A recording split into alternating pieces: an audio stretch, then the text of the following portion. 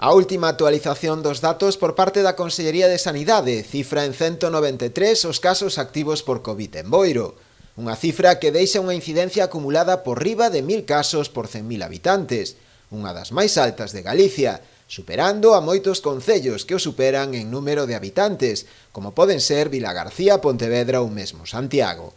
Esta próxima madrugada cúmprese unha semana dende que as autoridades sanitarias decretaran o peche perimetral do municipio, e os casos cada día van a máis, a pesar de extremar as medidas de prevención para reducir a expansión do virus. E as previsións para os próximos días non parecen moi prometedoras.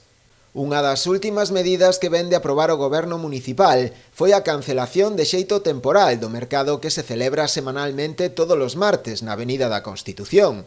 A suspensión do mercado súmase a outras medidas xa decretadas anteriormente, como foron o peche dos parques infantís e das instalacións deportivas e a cancelación das actividades culturais e deportivas, á espera da evolución do número de contaxios e que a situación epidemiolóxica na que se atopa nestes momentos o municipio mellore.